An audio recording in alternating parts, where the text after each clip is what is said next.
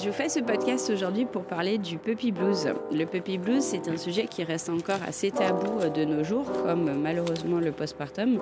Et c'est un sujet qu'il est important d'aborder parce que beaucoup de propriétaires, beaucoup d'humains de chiens vivent le puppy blues et ne le savent pas. Ils se sentent simplement des mauvais maîtres, des mauvais propriétaires, des mauvais humains. Et ils ne savent pas que le puppy blues, c'est un vrai psychisme, c'est un vrai mécanisme sur lequel ils n'ont aucun contrôle. Du coup, je me suis dit que devant la recrudescence justement de puppy blues, il était important de venir en parler ici et de lever le voile sur ce nouveau tabou de la société. On entend en ce moment de plus en plus parler du puppy blues. Alors, ce qu'il y a de bien, c'est que aujourd'hui, dans la société, on a besoin de mettre un mot sur tout. Alors c'est un besoin que je comprends tout à fait parce que quelque part il y a une évolution de la société et de l'humain qui cherche quand même à comprendre ce qui lui arrive et qui ne se contente pas de subir ce qui lui arrive. Mais le puppy blues au final c'est quoi ? C'est quand vous avez accueilli un chiot et que vous subissez une forme de dépression, de déprime suite à l'accueil de ce chiot.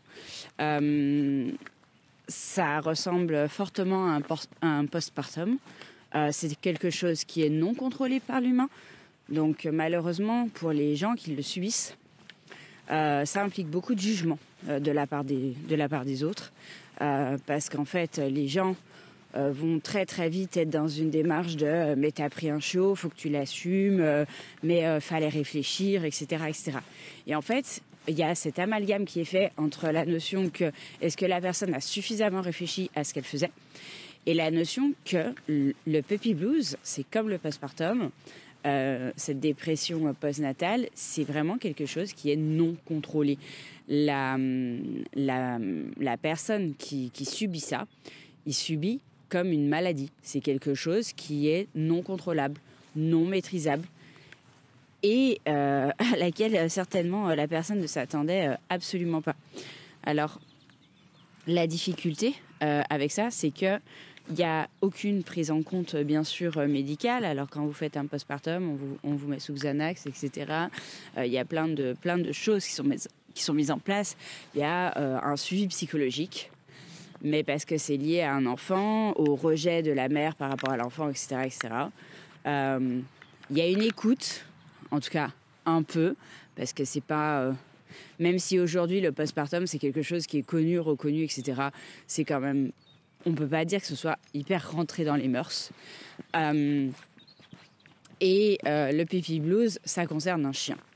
Alors un chien, aujourd'hui, on a beau dire que il est légalement un être sensible. Dans les faits, personnellement, j'ai pas vu de grands changements. Il n'y a pas eu une grosse évolution au niveau des conséquences légales dans les cas de maltraitance, etc. Et on peut pas franchement dire qu'il y ait une prise en compte du puppy blues. On sait que ça existe, mais la prise en compte, on est à peu près au niveau moins 200. Donc, ici, l'objet, c'est de comprendre comment ça fonctionne, qu'est-ce que ça implique, et d'en parler de façon à lever un tabou et surtout lever des jugements qu'il y a sur les personnes qui ont vécu le puppy blues. J'en ai vécu un, il y a de ça quelques années, avec ma border. À l'époque, on parlait absolument pas de puppy blues. J'ai culpabilisé pendant presque 6 ans de ne pas arriver à aimer ma chienne comme j'avais pu aimer mon précédent chien, etc. etc. Il n'y a pas eu cette notion que je l'aimais pas ou pas du tout, etc. Il y a eu en réalité cette notion que je culpabilisais parce que je l'aimais pas comme je pensais que je devrais l'aimer. Je m'en occupais très bien, elle était nourrie, logée, blanchie, pas de souci à ce niveau-là. Promenée de façon totalement adéquate, même plus que nécessaire. Mais je culpabilisais parce que je l'aimais pas autant que ce que j'estimais devoir l'aimer. Et dans le puppy blues, on va retrouver cette notion, encore une fois comme dans le postpartum, qu'en fin de compte, la personne se pose beaucoup de questions et remet beaucoup en question l'amour qu'elle a pour l'individu, que ce soit un bébé ou que ce soit un chiot, l'amour qu'elle a pour cet individu et au final la notion de regret. C'est complètement la notion de regret qui va rentrer en jeu, c'est-à-dire j'aurais pas dû le prendre, j'aurais pas dû faire ce bébé, j'aurais pas dû tomber enceinte, etc. etc. Et ça serait vraiment important que plus d'éducateurs se forment dans cette notion de puppy blues parce que c'est ici un vrai accompagnement humain. Et malheureusement, les éducateurs canins, il y en a beaucoup trop au jour d'aujourd'hui, même en méthode positive, qui ne viennent s'occuper que du chien et pas de l'humain. Mais il y a toute cette notion de psychologie qui est hyper importante parce que l'humain est à prendre complètement en compte. C'est pour ça que j'ai une formation aussi dans le coaching humain, dans la gestion des émotions humaines et quelques études de psychologie derrière moi. Parce qu'il y a vraiment cette notion que c'est l'ensemble du foyer qu'on doit prendre en compte. Le puppy blues, au final, dans la grande majorité, je dis pas il y a que ça, mais dans la grande majorité des cas, on a deux gros, on a deux gros vecteurs de cette problématique. Le premier, c'est les attentes. C'est-à-dire que vous avez pris un chiot, vous l'idéalisiez, vous avez peut-être tout lu sur la race, vous avez vu le chien de monsieur, madame X, qui était juste parfait, qui était beau, qui était gentil, qui répondait super bien au rappel, qui était un amour. Et bien vous avez voulu le même. Sauf que le même, ça s'appelle du clonage. Et encore. La notion d'attente, je pense que c'est l'une des plus grandes notions qui amène en fin de compte le propriétaire, l'humain du chien, à un puppy blues. Parce qu'en fait, il ou elle a projeté sur le chiot tout un tas d'images, d'idéalisation sur comment allait être le chiot, comment allait être leur relation, parce qu'il n'y a pas que la notion de la personnalité, mais il y a aussi la notion de la relation. Quelle relation je vais avoir avec mon chiot? Et on a aussi cette attente aussi en termes de qu'est-ce que ça va être ma vie avec mon chien. Et il est vrai que en fait, chaque individu est différent. Chaque individu a une génétique différente. Même des frères et sœurs, ils ont bien sûr beaucoup de gènes en commun. Ça ne veut pas dire qu'ils ont exactement les mêmes gènes. Il y a toujours une différenciation à un moment donné. Et chez le chien, c'est exactement pareil. C'est-à-dire que ce n'est pas parce que le berger australien de Madame X était un superbe et magnifique chien que parce que vous prenez un berger australien dans le même élevage parce que vous avez pris soin de lui demander vous avez pris votre chien dans quel élevage. Ce n'est pas parce que vous avez pris au même endroit, dans la même lignée potentiellement, que pour autant vous allez avoir le même chien, la même relation, etc. etc. Et ça, pour moi, c'est déjà un très gros vecteur du puppy blues. La deuxième notion, qui est beaucoup plus difficile pour les humains, pour les propriétaires de chiens, la deuxième notion, c'est je prends un chiot après avoir perdu mon chien. On n'a pas cet effet quand on a eu, entre guillemets, je mets des gros guillemets dans ce que je vais dire, un amour modéré pour son précédent chien. Mais quand on a eu un amour, une relation tellement unique avec son chien, qu'on l'a perdu, qu'on est dans le deuil, et qu'on n'a pas, au final, fini de faire le deuil. Et là, je ne parle pas de temps, il n'y a pas une question de temps dans cette notion-là, c'est-à-dire que certaines personnes vont faire un deuil en quelques semaines, certaines vont faire un deuil en quelques mois, et d'autres, ça va leur prendre des années. Même quand on croit que c'est bon, on a fait le deuil, on est prêt à reprendre un chien. Et ben au moment où le chiot arrive, ça nous pète à la figure et on se rend compte que non, j'avais pas fait le deuil parce qu'au final, je suis tout le temps en train de comparer. Si vous êtes tout le temps en train de comparer avec votre ancien chien, c'est que vous n'avez pas fait le deuil. Et ça va entraîner un puppy blues. Parce qu'au final, votre souvenir, il va être complètement biaisé. Vous allez vous souvenir de l'ancien chien et vous allez vous dire en permanence « Ouais, mais mon ancien, il faisait pas ça. » Et du coup, ça va entraîner ce puppy blues. Pourquoi ? Parce que du coup, on rejoint la notion des attentes et c'est pour ça que je disais, pour moi, les attentes sont le plus gros vecteur du puppy blues. C'est que vous mettez, là encore une fois, vous avez mis des attentes sur ce chiot. Les attentes, c'était qu'il ressemble, qu'il soit comme l'ancien chien dont au final, on n'a pas fini de faire le deuil.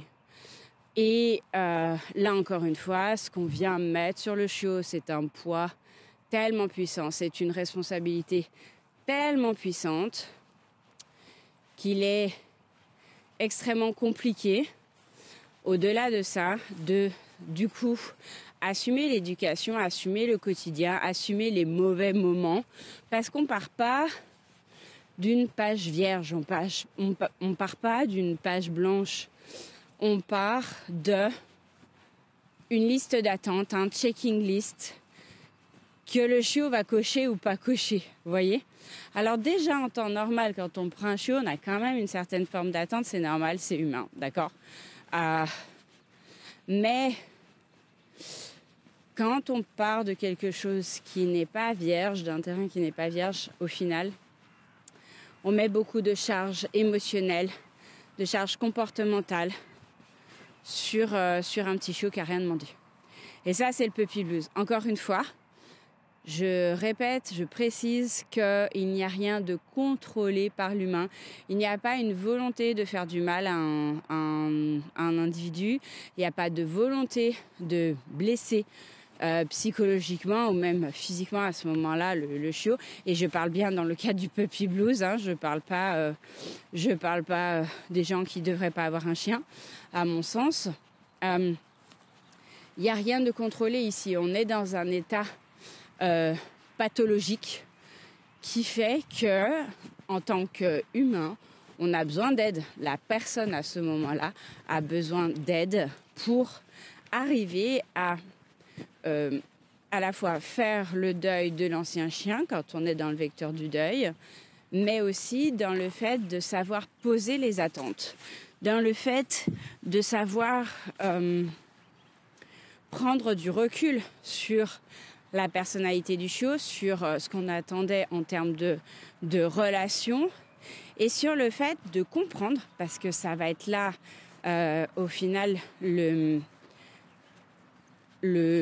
bâton de levier sur lequel on va pouvoir s'appuyer, c'est que vous compreniez, je parle notamment là pour ceux qui vivent ça, qui vivent un puppy blues, il faut que vous compreniez, que vous appreniez surtout. Et ça, soit vous arrivez à le faire seul, soit il faut vous faire aider dans ce sens-là. Encore une fois, je le répète, seuls des spécialistes pourront vous aider à ça si vous n'y arrivez pas seul. D'un spécialiste, ça peut être autant spécialiste de la psychologie humaine. Vous pouvez peut-être le faire aussi en hypnothérapie. Moi, je suis un peu férue de l'hypnothérapie. Ou vous pouvez le faire avec un éducateur canin, mais renseignez-vous bien que l'éducateur canin sache gérer ce type de situation, sinon ça va vous avancer à pas grand-chose. Il va vous faire assis, couché, pas bouger, de la marche au pied, et à la fin, votre problème sera toujours là, puisque le fond n'est absolument pas éducatif, le fond, il est émotionnel, chez l'humain. Donc ici, on a vraiment cette notion, comme je disais, il faut absolument que vous appreniez, votre levier, ça va être d'apprendre à la fois à baisser vos attentes, mais surtout à baisser la pression que vous mettez sur vous. Vouloir être un propriétaire parfait, acheter le meilleur pour votre loulou, etc., etc. Souvent, là, ici, on cherche à combler quelque chose, on cherche à combler un besoin, un vide, mais on cherche à combler quelque chose à travers cette recherche de perfection. Et souvent, on cherche à travailler une peur, la peur de l'imperfection, la peur de ne pas faire correctement. ça tourne autour de ces peurs-là en général. Il y en a d'autres, je ne vais pas toutes les lister ici. Mais on est derrière, voilà, il y a des vrais enjeux psychologiques et émotionnels qui sont à travailler. Et voilà, ce que je peux, là, ici, dans ce podcast, vous apporter déjà comme outil,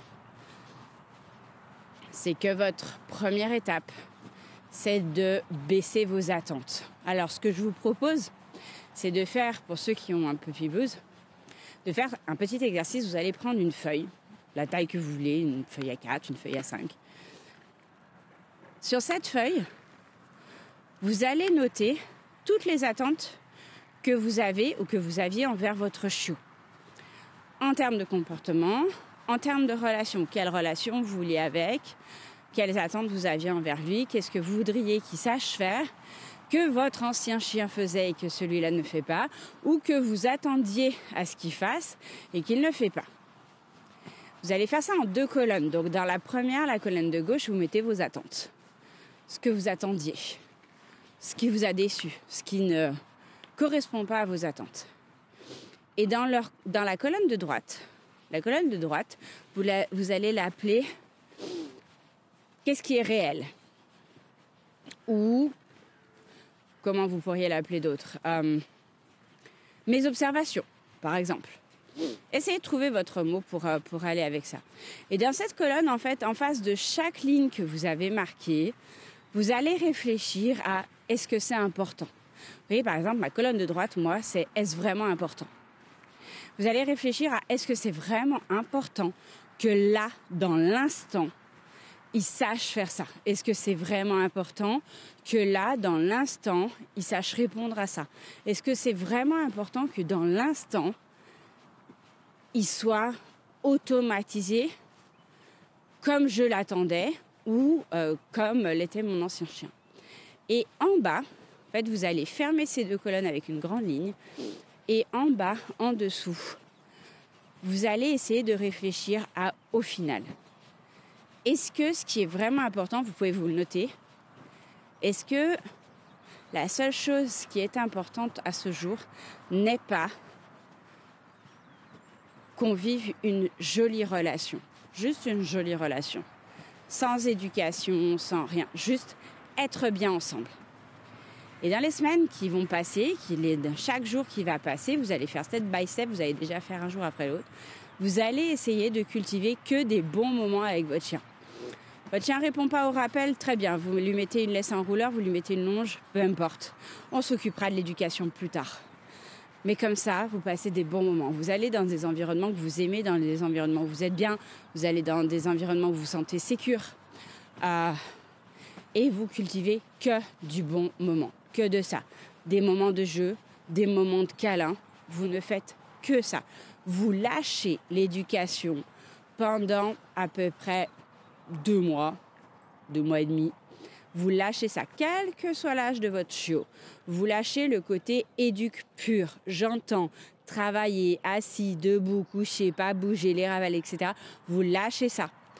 Si vous ne sentez pas de gérer ce problème seul, ce problème de lien, ce problème de puppy blues, vous vous faites aider, vous trouvez la bonne personne pour vous aider. Et pendant ces 2 mois et demi, vous ne travaillez que ça. Vous ne travaillez que votre puppy blues, votre lien, les bons moments que vous allez passer avec votre chien.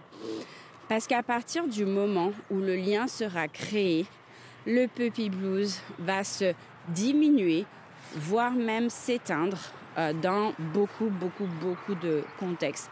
Attention, je le répète, vous ne faites pas ça seul si vous ne le sentez pas. Faites-vous aider par des personnes qui pourront vous apporter les bons outils. Et dans cette période-là, vous allez faire en sorte également de vous éloigner ou de ne pas parler aux personnes qui pourraient être dans le jugement. Vous n'avez pas besoin de leur parler de ça, sauf si vous vous sentez prêt à assumer et de dire aux personnes « Je vis un puppy blues avec mon chien, mais j'ai décidé de travailler ça parce que je ne suis pas à l'aise avec le puppy blues. Je ne suis pas à l'aise avec le fait d'avoir une mauvaise relation avec mon chiot et je souhaite travailler ça. Après, bien sûr, vous utilisez vos mots à vous, on est bien d'accord, mais je suis en train de travailler ça et pour cela, j'ai besoin d'avoir du temps. Tout simplement. Si vous avez en face de vous des personnes que vous ne sentez pas prêt à leur parler de ça, déjà, on est d'accord que ce n'est pas votre cercle d'amis proches. Et à ce compte-là, ces personnes-là, vous leur dites rien et puis voilà. J'espère sincèrement que ce podcast vous sera utile, qu'il vous aura apporté de la matière, notamment pour ceux qui vivent ça. Encore une chose, ne pensez pas, c'est important, n'imaginez pas que, tout comme la dépression d'ailleurs, ça ne peut pas vous arriver, d'accord ? Cette notion de « ah mais moi, ça ne m'arrivera pas », c'est une notion qui est erronée, ça peut arriver à tout le monde, car encore une fois, comme je le dis, c'est un psychisme du cerveau et auquel la personne qui subit ça ne peut rien. Donc, tout comme la dépression, ça peut arriver à tout le monde.